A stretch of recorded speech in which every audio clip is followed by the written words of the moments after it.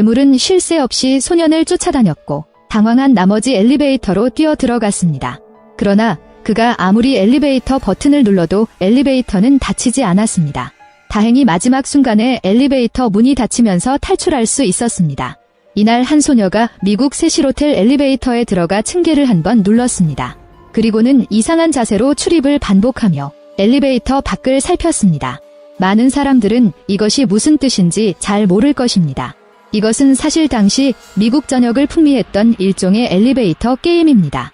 엘리베이터는 망령의 세계와 인간의 통로로 특정 비밀번호만 입력하면 망령의 세계로 들어갈 수 있다고 합니다.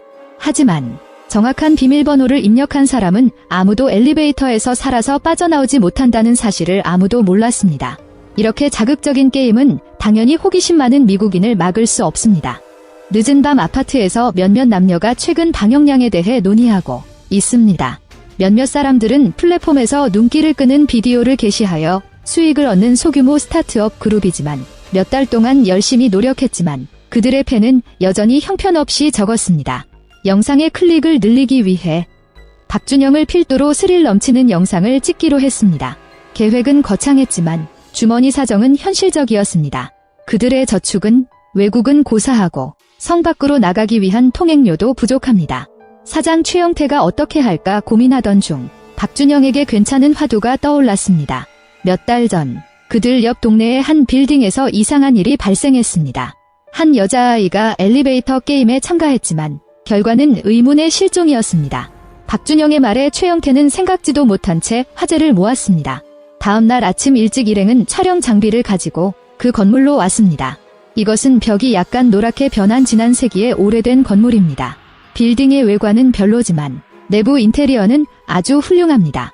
건물 안으로 들어가 촬영을 맡은 장동근과 박준영이 카메라를 켰습니다. 조만희와 이정태는 몇 달 전 그 실종 사건에 대해 설명을 시작합니다. 엘리베이터 게임이 거짓임을 증명하기 위해 이정태는 이 게임의 전 과정을 여러분을 모시고 기록으로 남길 예정입니다.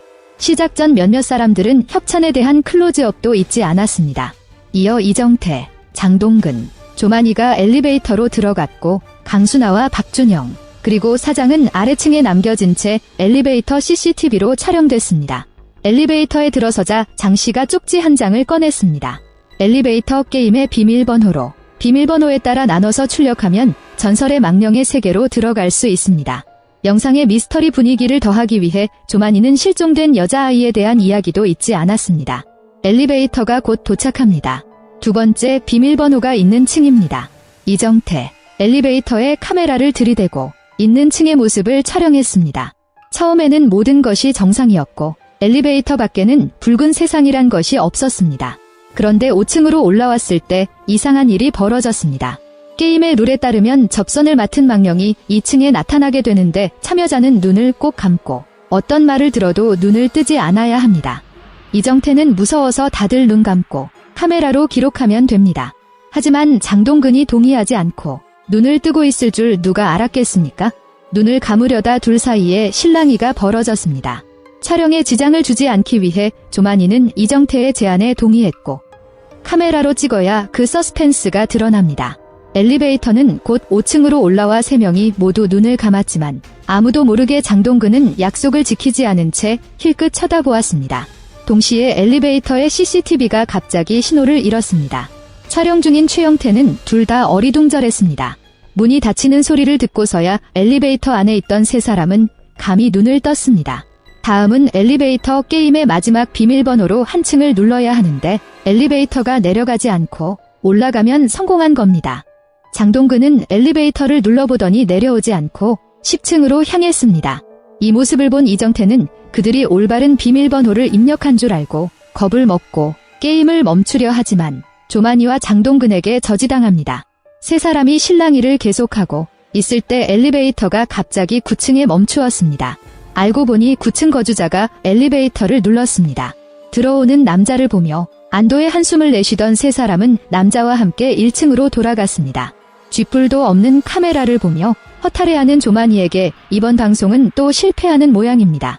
그러나 조만희가 돌아서려 할 때 엘리베이터에서 들려오는 노랫소리에 귀를 기울이기도 전에 한쪽에서 떠드는 소리로 끊겼습니다.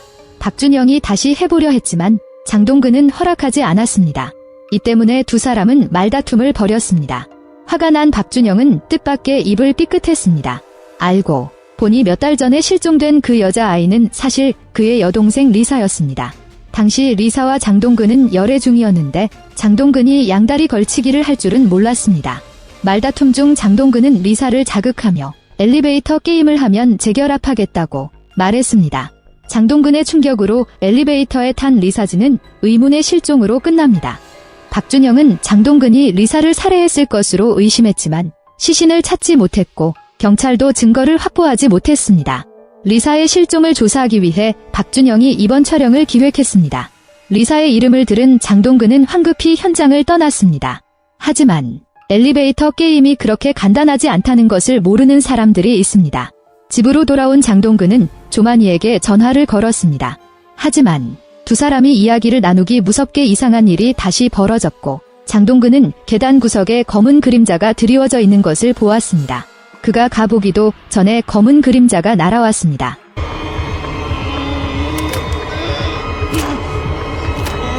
청아한 소리와 함께 장동근은 더 이상 내일의 태양을 볼 수 없었습니다. 한편 방심하지 않은 박준영은 다시 그 건물로 돌아가 비밀번호에 맞춰 엘리베이터를 반복 조작하며 10층으로 올라갔습니다. 그러나 문이 열리자 박준영의 모습은 달랐다. 10층 배치는 1층과 똑같았고 유일한 차이점은 창밖으로 붉은 빛이 비친다는 것뿐입니다. 그는 호기심에 건물 밖으로 나갔고 바깥 건물도 현실과 똑같았습니다. 그가 고개를 들어보니 하늘에 거대한 십자가 하나 있었는데 기괴한 붉은 빛이 바로 여기에서 나왔습니다. 그러던 중 박준영은 길거리에서 한 여자를 만났습니다. 길 가는 사람을 만난 줄 알고 급하게 불렀지만 1초도 남지 않았습니다. 당황한 장동근은 건물 안으로 들어갔지만 아무리 엘리베이터를 눌러도 문이 닫히지 않았습니다. 문이 닫히지 않는 이유는 1층에 누군가가 사용하고 있기 때문입니다. 엘리베이터를 이용한 사람은 다름 아닌 강순아와 동료 최영태 씨. 낮에 촬영할 때 카메라를 엘리베이터에 두고 내렸군요. 카메라를 되찾고 막 떠나려던 두 사람은 갑자기 문이 닫히자 다시 한번 엘리베이터 게임을 하기로 했습니다. 모든 작업을 마친 두 사람은 10층에 도착했습니다. 눈에 띄는 것은 붉은색으로 배열도 1층과 똑같습니다. 강순아가 상황을 파악하기도 전에 맑은 소리가 들렸습니다. 뒤돌아보니 최영태는 이미 다른 곳을 찾아 헤맸습니다. 한편 망령의 세계에 남겨진 박준영은 괴물이 그를 따라잡기 직전 문을 닫은 채 녹초가 된 상태. 갑자기 지상 카메라가 박준영의 관심을 끌었습니다. 그는 리플레이를 열었고 강순아 두 사람이 조각조각 찢어지는 과정을 보았습니다. 박준영은 급히 카메라의 내용을 조만희에게 알렸습니다. 자오만희도 이 엘리베이터의 전설을 알아내는데 알고 보니 10년 전에 살인사건이 있었습니다. 한 소녀가 그부들에게 엘리베이터에 갇혔습니다. 원래는 모두 농담만 했을 뿐이었지만 엘리베이터가 작동하고 바닥에 갇힌 소녀는 떨어지는 엘리베이터에 산채로 깔려 죽었습니다. 경찰이 여자아이를 찾은 것은 이틀 뒤였습니다. 그 이후로 이 건물에는 엘리베이터 게임의 전설이 전해졌고 많은 젊은이들이 엘리베이터에서 차례로 실종되었습니다. 조만희의 말에 박준영은 비로소 자신이 본 모든 것이 진짜라는 반응을 보였습니다. 하지만 두 사람은 테러는 이제부터 시작이라는 사실을 몰랐습니다. 그들이 회사로 돌아왔을 때 회사의 로비에 소금이 뿌려져 있는 것을 발견했습니다. 바로 그때 동료 이정태가 두 사람에게 게임에 참가했을 때 누군가 규칙을 어겼다고 알려졌습니다. 그 대가로 그들은 자신의 영혼을 바쳐야 합니다. 이정태가 바닥에 소금을 뿌린 것은 악마를 퇴치하는 글을 봤기 때문. 댓글에 소금으로 동그라미 치면 귀신이 못 들어온대요. 누가 규칙을 어겼는지 세 사람이 추측할 때 구석에서 이상한 소리가 들렸습니다. 세 사람이 뒤를 돌아보니 검은 물건이 마루 위에서 올라왔습니다. 수상한 여자를 보고 세 사람은 급히 소금 굴레로 들어갔습니다. 하지만 이 물건이 전혀 쓸모없을 줄 누가 알았겠습니까? 이정태는 그 자리에서 이 귀신에게 죽임을 당했습니다. 처참하게 죽어가는 이정태를 보며 박준영과 조만희는 당황해하며 게임이 완성되지 않아 악령을 세상에 데려온 것은 아닐까 하는 생각을 하게 됩니다. 두 사람은 게임을 계속하기 위해 급히 그 건물로 돌아갔습니다. 몇 분간의 기다림 끝에 그들은 다시 붉은 세계로 왔습니다. 반짝이는 붉은 빛을 보며 조만희는 비로소 박준영의 말을 믿게 되고 엘리베이터는 정말 망령의 세계로 연결된다는 것입니다. 게임의 규칙에 따라 엘리베이터 문이 자동으로 닫히고 1층으로 돌아오면 게임은 종료됩니다. 두 사람은 규칙을 준수하며 엘리베이터에서 발을 떼지 않았습니다. 1분 후 엘리베이터 문이 자동으로 닫힙니다. 반짝이는 층을 보며 두 사람은 그들이 저주에서 벗어났다고 생각했습니다. 그런데 엘리베이터가 갑자기 5층에서 멈췄습니다.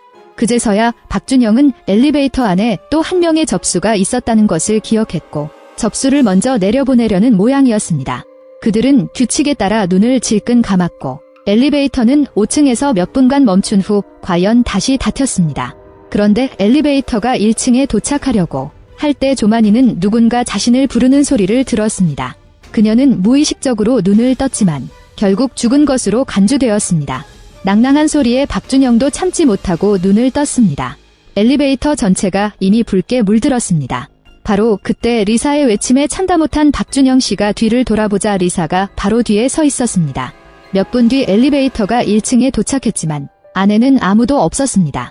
한참 뒤 눈길을 끌기 위해 엘리베이터를 찾은 한 여성 인플루언서가 비밀번호를 누르기 시작하면서부터다. 영화는 여기서 마치겠습니다. 많은 도시 전설이 있고 사람들은 항상 이런 일들을 아무렇지 않게 밟아나갑니다. 많은 도시 전설의 이면에는 알려지지 않은 슬픈 이야기가 있습니다. 제 채널이 마음에 드시면 구독 하나 시켜주세요.